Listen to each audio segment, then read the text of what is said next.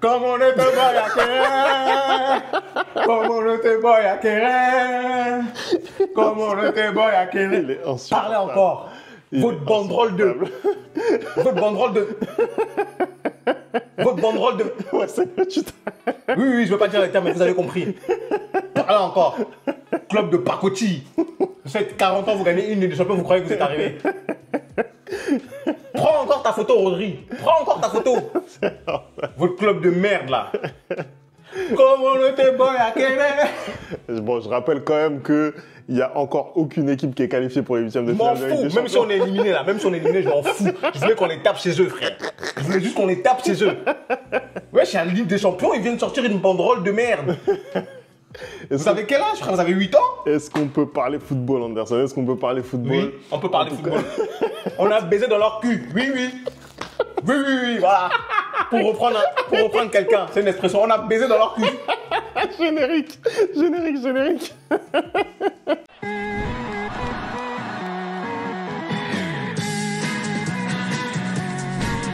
Je m'en fous. Ils ont qu'à enlever, ils ont qu'à pas mettre la monétisation, je m'en fous. C'est mérité. C'est mérité. Non, non, non, non, non, non. Moi, j'ai pas aimé le comportement là. J'ai pas aimé le comportement des City. J'ai pas aimé. J'ai pas du tout aimé leur comportement. J'en peux plus.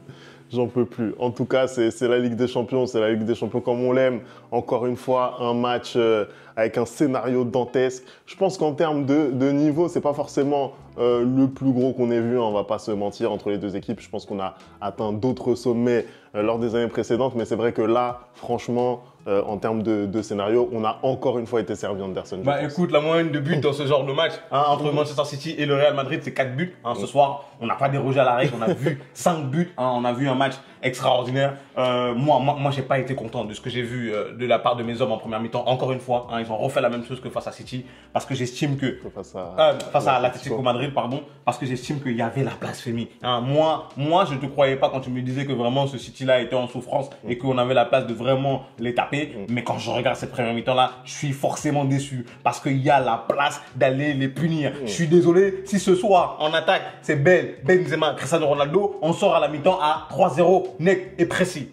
Je suis désolé parce que ce soir, que ce soit Mbappé, que ce soit Rodrigo, que ce soit Vinicius, que ce soit Jude, ils ont raté énormément d'occasions. Et moi, ce qui m'a encore plus dérangé même que les ratés, c'est l'attitude. C'est-à-dire que je suis désolé, hein, cette équipe de City, depuis le début de la saison, toutes les équipes qui jouent face à elle, que ce soit en Première Ligue, que ce soit en Ligue des Champions, qui mettent ne serait-ce qu'un minimum d'intensité, qui font ne serait-ce qu'un minimum de pressing, les embêtent. Et aujourd'hui, ils se sont retrouvés contre la seule équipe d'Europe qui ne presse pas. Non, après là, tu as donné pas mal d'éléments. C'est vrai que moi, personnellement, en voyant le début de match, je me dis quoi? Je me dis au début, City met de l'intensité, qu'est-ce qui se passe? Où sommes-nous? Tu vois ce que je veux dire? Là, on est peut-être en train de retrouver le grand City. Mais en fait, très vite, ils ont été éteints. Ils ont été éteints par le Real Madrid. Et à la différence de ce qu'on a vu face à l'Atlético, où on avait plutôt l'impression d'un Real qui était impuissant, avec une difficulté à créer, tu vois, bah là, il y avait les opportunités qui étaient là. Là, c'est vraiment un manque de réalisme. Hein. Ça me rappelle une équipe, mais c'est vraiment un manque de réalisme et surtout des mauvais choix dans les occasions qui ont été obtenues, notamment en première période. Après, pour le reste, je trouve que voilà, le Real a pris l'ascendant au fur et à mesure du match parce que en première mi-temps, j'ai trouvé quand même City sur certaines phases de jeu intéressants. Tu vois, ils n'ont pas complètement coulé comme ça a pu être le cas en deuxième. Je les ai trouvés quand même intéressants, notamment sur certaines sorties de balles, etc. Ils ont retrouvé un petit peu de leur jeu collectif, mais le Real aurait pu faire très mal et ça dès la première période. Mais c'est ça en fait. Et moi, ce que tu dis, un manque de réalisme, moi ce qui m'a dérangé, c'est la finition de mes attaquants. Je suis désolé. Et aussi le fait que, en fait, à chaque fois que un d'entre eux déclenchait un pressing, tu vois qu'ils gênaient cette équipe de City à la relance. Et tu vois qu'on avait une occasion, mais malgré ça, ils n'ont pas compris et ils n'ont pas pressé ensemble. Parce que quand un fait le pressing, quand Rodrigo fait le pressing tout seul, ça sert à rien. Quand Vinicius fait le pressing tout seul, ça sert à rien. Il faut qu'ils fassent ce pressing-là de manière collective. Mais même malgré ça, même quand ils ont eu le ballon, j'ai trouvé qu'il y avait il n'y avait pas assez de concentration offensive. C'est-à-dire que généralement, justement, on a la réputation d'être cette équipe qui ne joue pas beaucoup, qui n'a pas beaucoup d'occasions, mais qui sait punir. C'est la première fois limite que je voyais le Real avoir plus d'expected avant la fin du match, parce que du coup ça s'est rééquilibré, plus d'expected goals que de buts. C'est n'importe quoi. C'est-à-dire que normalement, dans ce match-là, on doit mettre plus de buts. Et comme je te l'ai dit, on joue ce match-là avec la BBC d'antan. Je te promets que City, à la mi-temps, c'est 3-0, 4-0 en fait. Après, on va revenir sur les occasions. Déjà sur la composition, je pense que tu avais deviné la composition, tu connais ton club, tu vas nous le dire encore une fois de plus. Hein. Mais oui, pour revenir sur les situations, je ne sais pas si vraiment on peut parler de quelque chose qui est mal joué. Tu vois ce que je veux dire? Là, j'ai en mémoire toutes les opportunités, etc., qu'il y a eu notamment pendant la première période. Et Ederson, côté City, quand même, il fait certains arrêts. Oui, mais en soi, il fait certains arrêts, je suis d'accord. Mais par exemple, quand je regarde cet extérieur magnifique de Vinicius pour Mbappé, la frappe, elle est sur Ederson. Je pense que Mbappé, il peut. Elle est difficile, hein. Je veux pas faire genre. Elle est difficile, mais je pense qu'il peut un peu mieux. Parce qu'il se l'emmène très bien. Oui, pareil. Rodrigo, à un moment donné, il a une contre-attaque. Il va tout seul, alors qu'il peut mettre le ballon à Mbappé ou même à Vinicius. Hein. Quand je regarde maintenant, vas-y, justement, tu parlais de composition et que quand je vois Mendy à gauche, ça ne me plaît pas. Parce que je te dis que je connais Ancelotti, il va le mettre, mais moi, ça ne me plaît pas. Moi, je suis désolé. Mendy, ce soir, il a failli nous coûter le match. Parce que déjà, la première occasion, la passe qu'il fait à Vinicius, elle est mauvaise parce qu'il lui fait trop dans les pieds. Vinicius lui remet bien. Je suis désolé, il prend trop son temps. Soit il frappe, soit il la donne à Mbappé. Donc déjà, il fait n'importe quoi. Non, après, ensuite, sur le penalty, laisse-moi finir. Sur le penalty que Ceballos, concède, on en a parlé dans le groupe. Tu m'as dit que non, c'est Ceballos. Non, moi, ce qui me dérange dans ce penalty-là, c'est la défense de Mendy. Pourquoi tu défends en reculant? C'est exactement ça qui s'est passé dans le match du PSG où Dembélé met une frappe du coup. Parce que les genres de défenseurs qui défendent en reculant comme ça, je ne peux pas. Et j'en ai marre de Mendy. Mendy, c'est un joueur, il a pas cette niaque-là. Je te promets, Femi, que si à la place de Mendy, ça avait été Fran Garcia quand Vinicius lui fait la passe, il y aurait eu but.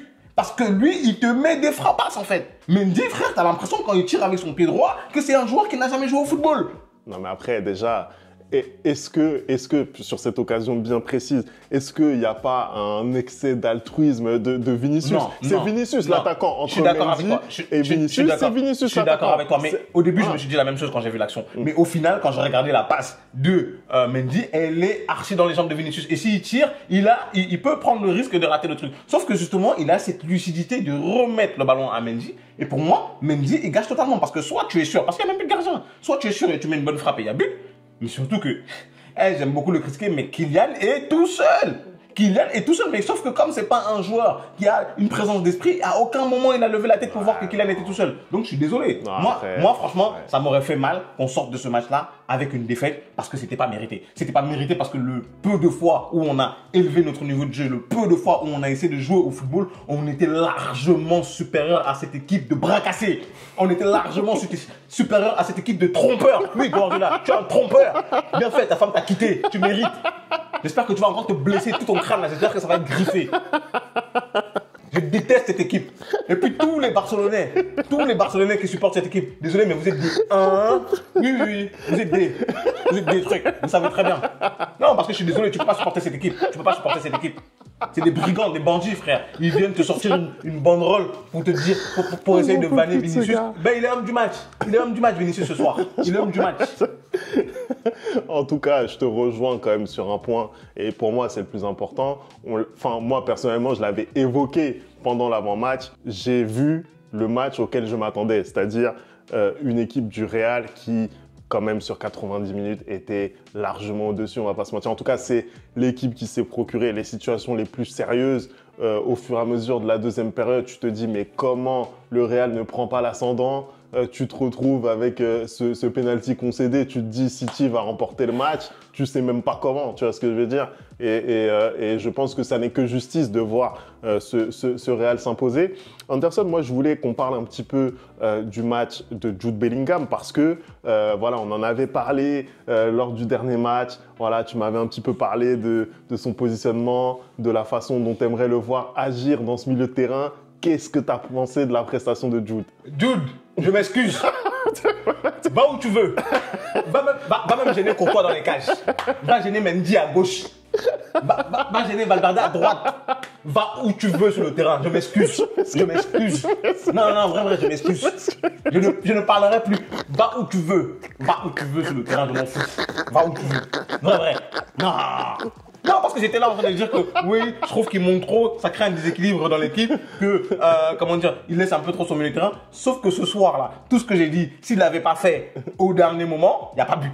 Parce que Vinicius, il joue bien l'action. Hein. Et vraiment, moi j'ai beaucoup aimé le match de Vinicius ce soir d'ailleurs, il faut qu'on en parle. Oui. Mais finalement, il rate son lob, et heureusement que Jude Bellingham a suivi pour venir terminer cette action-là. Parce qu'en plus, Jude, en première mi-temps, j'ai trouvé qu'il se plaignait beaucoup. Parce que, après, je peux comprendre, il a sorti une débauche d'énergie monstrueuse. Il faisait des appels de toutes parts et il n'était pas tout le temps servi. Hein. Mais en même temps, voilà, Jude, t'es milieu de terrain. Donc, c'est pas à toi de faire ce genre d'appel, c'est à Mbappé de les faire. Tu dois apporter du surnom. Après, je pense que c'était dans l'esprit aussi. Parce que cette équipe de Manchester City, vraiment, pour le coup, elle n'a rien proposé. Quand tu vois qu'il est venu te mettre une formation avec 5 défenseurs, même si Stone jouait comme milieu défensif, allez, tu vois que vraiment, il voulait pas proposer quoi que ce soit et il sait que son équipe est dans le mal. Mais ce soir, franchement, Jude, continue tes dépassements de fonction. Fais ce que tu veux. Joue 8, joue 9, joue 6, joue 10, joue même. Tu sais quoi? Vire même 2 joueurs du terrain, tu joues tout seul. Il n'y a pas de souci. Si c'est pour venir me mettre des buts à la fin du match comme ça, il n'y a pas de souci. Et fermer leur bouche à ces supporters des Citizens, il n'y a pas de souci. Il n'y a aucun souci. Surtout que moi, personnellement, le but de Haaland, je suis même pas, je suis même pas sûr que son premier but, il est pas en jeu. Vas-y. Tu sais quoi, on va en parler tout de suite parce que bon, on a beaucoup entendu, voilà, que c'était le match dans le match, Kylian Mbappé vs Erling Haaland.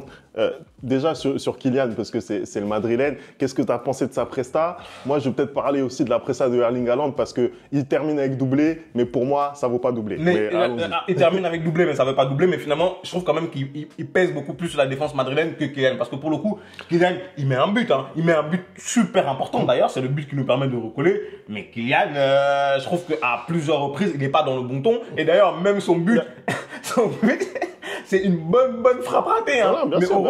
Mais tu sais quoi, c'est heureusement que sa frappe est ratée parce que je pense que si elle n'est pas ratée, elle ne prend pas cette trajectoire-là et je suis pas sûr que s'il tape le ballon comme il veut, elle puisse rentrer dans les cages. Mais je trouvais quand même en dessous de ses anciennes performances. Mais moi, aujourd'hui, ce qui me satisfait dans le Kylian de maintenant, c'est que même quand il n'est pas bon, il aide l'équipe. C'est ce que je ne trouvais pas au début de la saison, c'est-à-dire que je trouvais qu'il gênait plus qu'autre chose. Sauf que là, aujourd'hui, c'est pas le cas. Aujourd'hui, c'est pas le cas. Je trouve qu'à des rares occasions, il gêne quand il essaie de faire des passements de jambes qui ne servent à rien ou quand il essaie de faire le playmaker et qu'il descend du terrain. Mais à plein d'occasions, par exemple, typiquement sur l'action de Rodrigo, il fait le bon appel. Tu vois, sur l'extérieur de Vinicius, il fait le bon appel. Il y a un autre extérieur de Vinicius en deuxième mi-temps où malheureusement, il tend la jambe. Le contrôle, il est un peu compliqué, mais à chaque fois, je trouve qu'il se procure les occasions, qu'il essaye de bouger, hein, qu'il fait des bonnes choses. Donc finalement, je suis pas totalement satisfait de son match. Il n'est pas nul son match, hein. Je ne vais pas mentir, il n'est pas nul du tout son match, mais je pense que j'attends beaucoup plus de lui dans les grands matchs. Hein. Ce que je disais, c'est que j'attendais plus de lui dans les grands matchs. Atletico, il a marqué. Là, City ce soir, il a marqué. Il met certes des buts.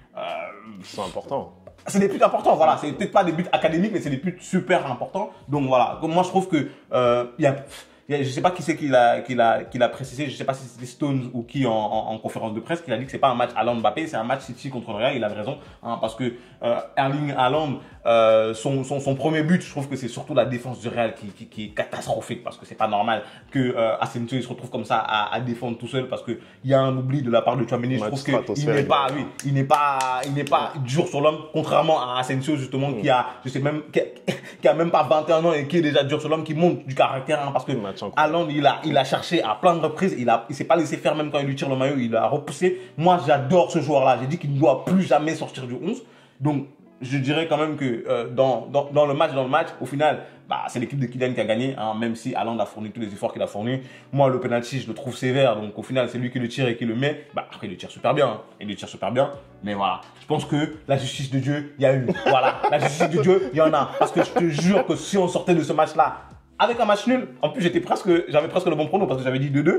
J'aurais été satisfait parce que je sais qu'au Bernabéu on va faire ce qu'il faut. Mais là, avec une victoire, je suis très très content parce que ça nous permet déjà d'aller au Bernabéu avec un autre état d'esprit dans le sens où City, ils vont devoir se découvrir. Ils vont devoir jouer et donc du coup, nous on va pouvoir mieux contre-attaquer. Voilà. Non, je suis totalement d'accord avec toi. Déjà sur l'analyse du match retour, bah forcément, là, ça ouvre des perspectives qui sont très intéressantes pour le Real Madrid parce qu'effectivement, City va être obligé de se découvrir. Et on a vu ce soir que même quand ils essayent de défendre, bah, c'est très, très compliqué. Honnêtement, moi, je suis toujours autant choqué de voir ce qu'est devenu City.